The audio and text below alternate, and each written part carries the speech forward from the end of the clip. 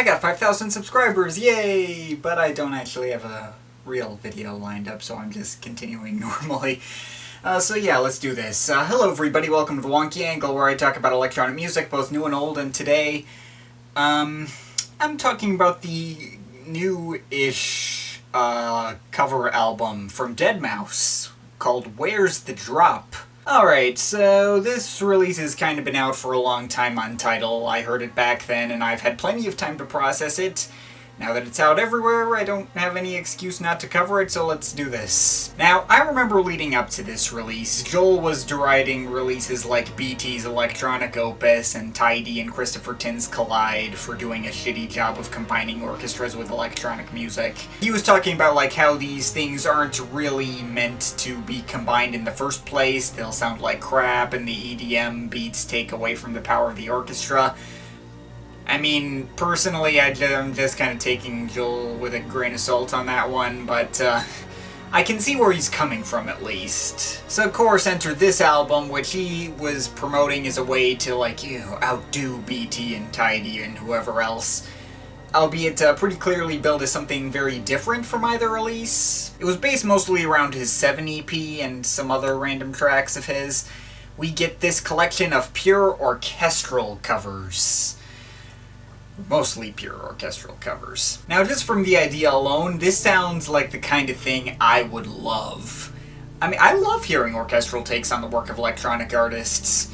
I mean, I loved when Basement Jaxx did this ages ago. And I love the 7 EP as well. I figure Deadmau5 is the kind of artist I would definitely be interested in seeing this kind of take on his music. It sounds amazing on paper, but in execution, this was honestly a massive letdown.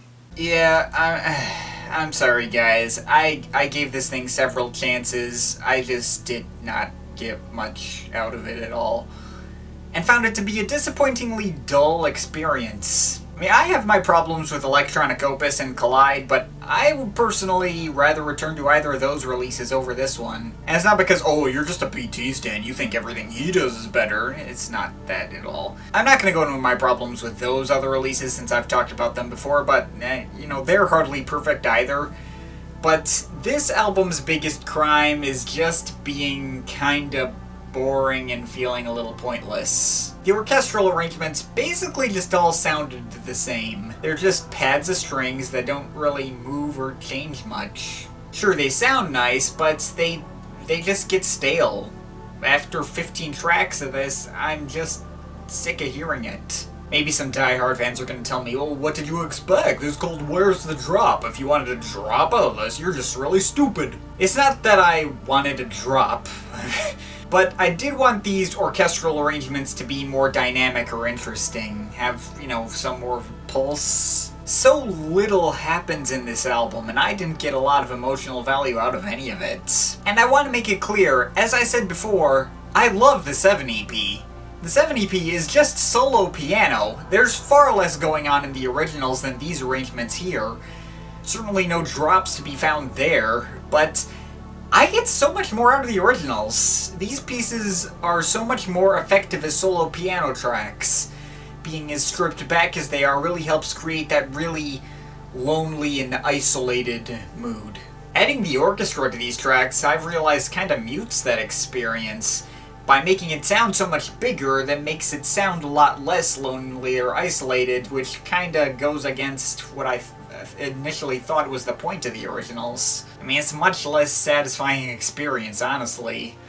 On top of that, for as much as Joel was complaining on Twitter on how electronics and orchestras should not be combined, that's kinda rich, because he did it here. I realize he probably meant the beats when he was talking about that, but the inclusion of electronic elements in here, honestly, it felt like it was filling up time sometimes. Like on the FN Pig cover, where he just included the entire, completely unchanged intro to that track and just filled up 2 entire minutes. That didn't add anything for me. Why shouldn't I just listen to the original? If he had removed all the electronic elements and put his money where his mouth was, this could have been even better. Now, I want to make it clear, it's not like I didn't get anything out of this album at all. This album definitely had its moments. When the piece he was basing a cover on was a little more musically complex or dissonant, he could bring something more poignant. Like on the Coelacanth cover. Coelacanth. It's Coelacanth. It felt like more stuff was actually happening in that one. So, you know, I really like that. That was probably my favorite track on this entire thing. I also like how he kind of switched to the emotional atmosphere of Invidia and Superbia. In the originals, Invidia was the most stripped back and loneliest of all the 7 pieces, and Superbia was the ending of the suite, which was put in a major key and tried to sound more hopeful and uplifting. On this album, Invidia is the one that sounds hopeful and uplifting, and Superbia sounds a lot darker. Now granted, Superbia was probably my least favorite in the original 7 EP for the reason that it was kind of in a major key, and that I thought it wasn't as moving as the others. And now that Invidia sounds like Superbia, that's probably now my least favorite on the release. And now this version of Superbia is actually the one track on here I felt like was actually improved. So, yeah, there's a little trade-off there. And the Strobe cover, it's Strobe. I knew what I was getting at that point, and of course it worked well. But, yeah, that's about it. Honestly, there's more tracks on here that I wasn't feeling than tracks that I was. Now, I did also see someone compare this release to that of Philip Glass, and I felt like, oh, that's actually a good point. I mean, Philip Glass once did a cover of Aphex Twins' track Ictedral, and it kind of meandered in the same way a lot of these tracks do, yet I never had any problems enjoying that cover. And I've also heard orchestral covers of Brian Eno's Shutov Assembly album, among others. They weren't super far removed from the originals, but I thought those were brilliant. Again, all the ingredients for me to like this album are right there. If this is a stepping stone for Joel to eventually be able to score a movie later down the line, I'm all for that. I'm sure he'll do really well at that. I mean, this album certainly sounds really good and was produced and mastered well and all that, but the experience of listening to this album was just samey and unrewarding. I got sick of hearing these arrangements, which just felt more cliched and stale with every passing track. I doubt I'm ever going to listen to this project again. I'm probably just going to stick with the original 7 EP, personally. Yeah, sorry, I really wanted to love this project. But this could have been so much more than it is, especially coming from Joel. And I just found it to be a big letdown. Yeah, sorry, I think Where's the Drop is just okay, and I'm overall feeling a 6.5 out of 10. Yay for celebrating 5,000 subscribers with a video that's probably gonna lose me a couple, but it is what it is. But of course this is just my opinion.